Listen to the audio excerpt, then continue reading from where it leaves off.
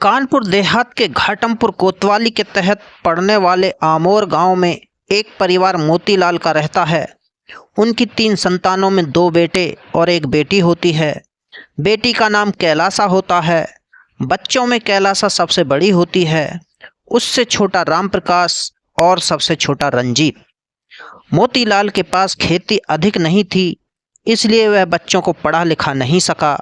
कैलासा 16 वर्ष की हुई तो मोतीलाल ने उसकी शादी के लिए दौड़ धूप शुरू कर दी, लेकिन आर्थिक रूप से कमजोर होने और दहेज की बढ़ती मांग की वजह से वह कहीं बात पक्की करने में सफल नहीं हो पाता है। चंचल स्वभाव की कैलासा 16 वर्ष की आयु में ही भरी पूरी औरत नजर आने लगी। गांव के मनचले उसके आगे पीछे मंडराने लगे तो उसके पैर फिसलते भी देर नहीं लगी। आखिरकार उसे लेकर गांव में मोतीलाल की थू थू शुरू हो गई। लेकिन मोतीलाल के पास चारा ही क्या था, सिवाय इसके कि जैसे भी हो वह कैलासा के हाथ पीले कर उसे उसकी ससुराल विदा कर दे। उसने यही किया भी। दौड़ धूप कर उसने कंठीपुर गांव के निवासी सऊनी की दूसरी पत्नी के बेटे मैकूलाल के साथ कैलासा का रिश्ता पक्का कर दिया। सऊनी गरीब आदमी था। मेहनत मजदूरी करके वह अपना और अपने परिवार का पालन पोषण कर रहा था। उसकी पहली पत्नी मर चुकी थी, जिससे एक बेटा राम गोला था। राम गोला के पालन पोषण के लिए सऊनी ने एक विधवा से विवाह कर लिया। मैकूलाल उसी का बेटा था, जो माँ के साथ ही सऊनी के घर पर आया, पला बढ़ा और जवान हुआ। राम गोला की शादी हो चुकी थी। वह घर जमाई बनकर अपनी ससुराल में रहने लगा। चूंकि सऊनी गरीब था, इसलिए कोई भी अपनी बेटी मैकू के साथ ब्याहने को तैयार नहीं होता है।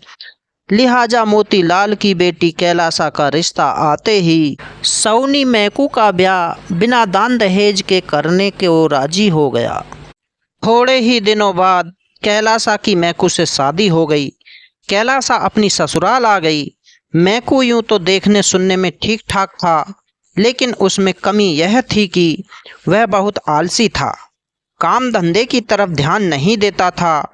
जो कुछ कमाता भी था उसे दारू में गवा देता।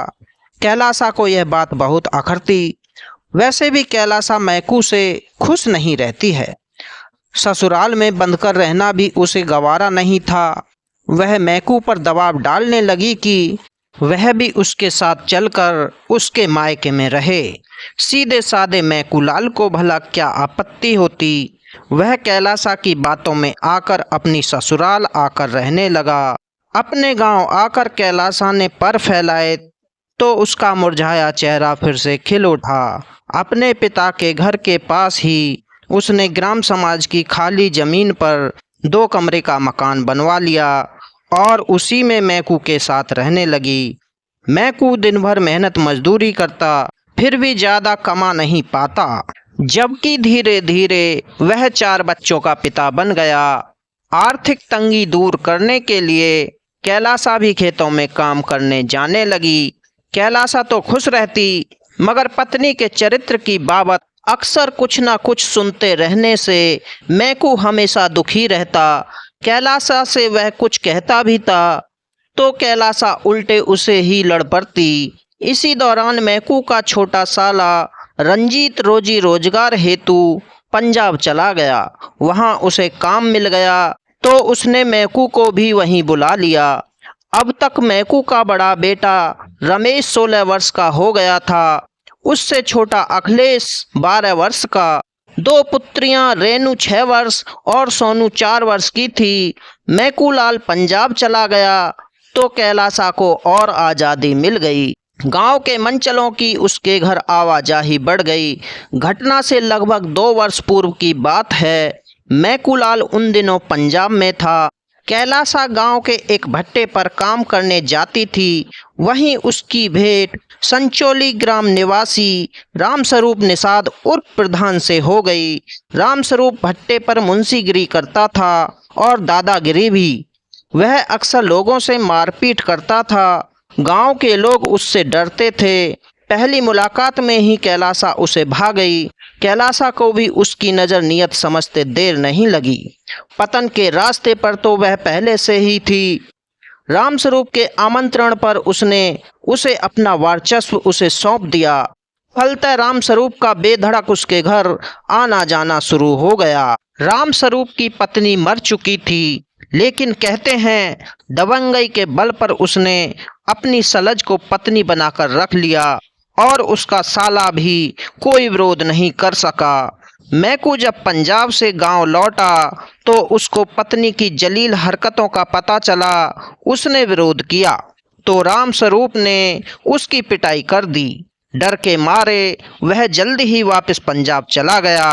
घटना के 3 माह पहले मैकू दोबारा पंजाब से गांव लौटा तो इस बार उसे पता चला कि रामस्वरूप के डर से उसका बड़ा लड़का रमेश भी घर छोड़कर कानपुर नगर में रिक्शा चलाने लगा। मैकू लाल का दिल अपनी बेबसी पर रो पड़ा। रोने के अलावा वह कुछ कर भी नहीं सका। अलबत्ता रामस्वरूप ने ही उसे धमकी देकर पुनः पंजाब जाने को कहा। मैकू पंजाब तो नहीं गया, हाँ कानपुर नगर में अपने बेटे रमेश के पास चला गया और वहीं रहकर रिक्शा चलाने लगा। होली का त्योहार आने वाला था। मैकू को अपने छोटे छोटे बच्चों की याद बहुत सता रही थी। वह बच्चों के लिए होली का कुछ सामान खरीदकर 3 दिन पहले शाम को बस से आमोर के लिए चल पड़ा। रमेश उसके साथ नहीं आया। उसने कह रखा था कि होली जलने वाले दिन आएगा। रात लगभग 8:30 बजे मैकूलाल मोती चौराहे पर बस से उतरा और हाथ में झोला लटकाए गांव की ओर पैदल ही चल दिया। मोती चौराहे से उसका गांव लगभग 2 किलोमीटर दूर था। लगभग 9 बजे वह अपने गांव पहुंच गया। गांव में सन्नाटा छाया हुआ था। गुलाबी जाड़ा होने के कारण गांववासी अपने अपने घरों में थे। मैकूलाल जब अपने दरवाजे पर पहुंचा तो उसे अंदर से रामस्वरूप प्रधान और कैलासा के हंसने खिलखिलाने की आवाज़ सुनाई दी। वह ठिठक कर रुक गया और उन दोनों की बातें सुनने लगा। कैलाश प्रधान से कह रही थी, प्रधान इस तरह कब तक चलेगा? गांव में बड़ी बदनामी हो रही है। सारा गांव मैकू के पक्ष में है। मुझे तो डर है कि किसी दिन कोई बखेड़ा ना खड़ा हो जाए। कैलाश प्रधान से कहता है, कोई बखेड़ा नहीं खड़ा होगा और हाँ, मैं शीघ्र ही यह कांटा निकालने वाला हूँ। इसी होली में मैकू को ठिकाने लगा दूंगा, फिर हम दोनों खुलकर ऐश करेंगे। उनकी बात सुनकर मैकू का कलेजा धक धक करने लगा। वह वहां खड़ा न रह सका और अपने साले राम प्रकाश के घर चला गया। राम प्रकाश के घर पर टीवी चल रहा था। मैकू के तीनों बच्चे टीवी देख रहे थे। कुछ देर मैकू वहां खड़ा रहा, फिर वापस अपने घर आया। उसने दरवाजे पर दस्तक दी तो अंदर से कैलासा की आवाज आई, कौन है? मैकू मरी सी आवाज में बोला, मैं हूँ मैकू। कैलासा ने दरवाजा खोला। अंदर रामस्वरूप पलंग पर लेटा हुआ था। उसके शरीर पर एकमात्र वस्त्र जंघिया थी, जबकि कैलासा पेटीकोट और ब्लाउज पहने थी। उसने मेकअप कर रखा था, मगर मेकअप बदरंग हो चुका था। बाल उलझे हुए थे। कैलासा मैकू से नजर नहीं मिला पा रही थी, लेकिन रामस्वरूप बेशर्मी से पलंग पर पड़ा था। मैकू को देखकर रामस्वरूप ने उपटते हुए कहा, आ गए? फिर उसने एक भद्दी सी गाली दी। डरते डरते मैकू ने उत्तर दिया, हाँ भैया, त्योहार मनाने चला आया। अच्छा हुआ आ गए, हम दोनों बहुत थक गए हैं। एक कटोरी में तेल गरम कर लाओ और हमारे मालिश कर दो। कहते हुए रामस्वरूप पलंग से उठकर बाहर बरामदे में पड़े तख्त पर आकर लेट गया। कैलासा को भी उसने अपने बगल में लेटने का हुक्म दिया। मैकू तेल गरम करने बगल में बनी कोठरी में चला गया और कैलासा रामस्वरूप के बगल में लेट गई। कोठरी से तेल निकालकर मैकू आग जलाकर गरम करने लगा। तेल गरम करते समय उसके मन में विचार आया कि रामस्वरूप उसे मारने का इरादा बना चुका है, क्यों न वही ढेर सारा तेल गरम करके उसके चेहरे पर डाल दे। मगर फिर उसे ध्यान आया कि इससे तो रामस्वरूप मरेगा नहीं, और अगर वह जिंदा रहा तो पागल हाथी की भांति उसे कुचल कर रख देगा। तभी उसके दिमाग में एक योजना आ गई। उसने सोचा, रामस्वरूप पीठ में मालिश कराने के लिए पेट के बल लेटेगा। ऐसे समय में यदि उस पर गंडासे का भरपूर वार किया जाए तो वह बच नहीं पाएगा। यह विचार मन में आते ही वह पुनः कोठरी में गया और चारा काटने वाला गंडासा निकालकर बगल में दबा लिया। ऊपर से चादर भी ओढ़ ली। फिर बाहर आकर तेल की कटोरी उठाकर रामस्वरूप के पास गया और तख्त के बगल जमीन पर बैठता हुआ बोला, भैया आप पेट के बल लेट जाइए, मैं ठीक से मालिश कर दूंगा। रामस्वरूप पेट के बल लेट गया। बगल में लेटी कैलासा करवट बदलकर दूसरी तरफ मुंह करके लेट गई। अब तक जमीन में कटोरी रखने के बहाने मैकू गंडासा तख्त के नीचे रख चुका था। रामस्वरूप पेट के बल लेट गया तो मैकू तेल लेकर मालिश करने लगा। काफी देर तक वह मालिश करता रहा। रामस्वरूप को झपकी आने लगी तो मैकू ने तख्त के नीचे से गंडासा निकाला और एक भरपूर वार रामस्वरूप की गर्दन पर कर दिया। खच की आवाज के साथ रामस्वरूप की गर्दन में आधा गंडासा धंस गया। मैकू ने फुर्ती से गंडासा निकाला और खींचा और दूसरा वार कर दिया। तब तक रामस्वरूप चीख कर पलटा ही था कि उसके मुंह पर गंडासे का दूसरा भरपूर वार पड़ा। वह तड़पने लगा। इस अप्रत्याशित घटना से कैलासा अवाक रह गई।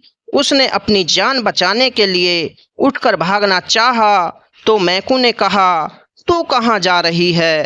फिर उसने गंडासे का वार कैलासा पर कर दिया। कैलासा छटपटाने लगी तो मैकू उस पर ताबड़तोड़ वार करने लगा। चंद मिनटों में ही कैलासा जमीन पर मछली की तरह तड़पने लगी।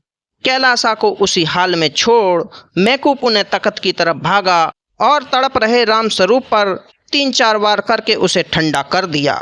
कैलासा भी दम तोड़ चुकी थी। मैकू ने उसे उठाकर तख्त पर डाला। उसके सारे कपड़े खून से लाल हो गए। उसे उतार कर उसने जल्दी से दूसरे कपड़े पहने और खून से सने कपड़े वह गंडासा भूसे के ढेर में छिपाकर भाग खड़ा हुआ। इधर जब मैकू के बच्चे अखिलेश, रेनू और सोनू पिक्चर देखकर घर आए तो वहां का दृश्य देखकर चीखने चिल्लाने लगे। बच्चों का रोना चीखना सुनकर आसपास के लोग घरों से निकले। जिन लोगों ने मैकू को रामप्रकाश के घर आया देखा था वे कहने लगे कि यह काम मैकू का ही है, क्योंकि मैकू उस समय वहां मौजूद नहीं था। तभी चौकीदार मोतीलाल पुलिस चौकी के लिए रवाना हो गया। मैकू का बयान लेने के बाद पुलिस ने अगले दिन उसे अदालत में पेश किया, जहां से उसे जेल भेज दिया गया। मैकू की निशानदेही पर रक्त रंजित कपड़े और गंडासा बरामद कर सील मोहर कर दिया गया। अखबार में छपी घटना को पढ़कर मैकू का बड़ा बेटा रमेश गांव आया, लेकिन उसके चेहरे पर घटना को लेकर दुख का कोई भाव नहीं था। उसे दुख था तो इस बात का कि होली से 2 दिन पहले खून की होली खेल चुका मैकू जेल में था और उसके पास उसकी जमानत के लिए पैसे नहीं थे। दोस्तों, बुरे काम का बुरा नतीजा होता है, इसलिए हमारा आपसे निवेदन है, कोई गलत काम ना करें, ना ही गलत रास्ते पर चलें। दोस्तों, इस पूरे घटनाक्रम को सुनाने का मुख्य उद्देश्य किसी की भावनाओं को ठेस पहुंचाना नहीं है, किसी को परेशान करना नहीं है, किसी का दिल दुखाना नहीं है, बल्कि आपको जागरूक करना है, आपको सचेत करना है। जागरूक रहिए, सचेत रहिए, सावधान रहिए। आप जहां भी रहें अपना ख्याल रखें, स्वस्थ रहें। आज की वीडियो में इतना ही। वीडियो अगर अच्छी लगी तो वीडियो को लाइक, शेयर, कमेंट करें। अगर आप हमारे चैनल पर पहली बार आए हैं तो चैनल को सब्सक्राइब करें और घंटी वाले बटन को ऑल पर सेट करें, ताकि आगे आने वाली वीडियो का नोटिफिकेशन सबसे पहले आपको मिलता रहे। मिलते हैं दूसरी वीडियो में किसी नई कहानी के साथ। तब तक के लिए धन्यवाद।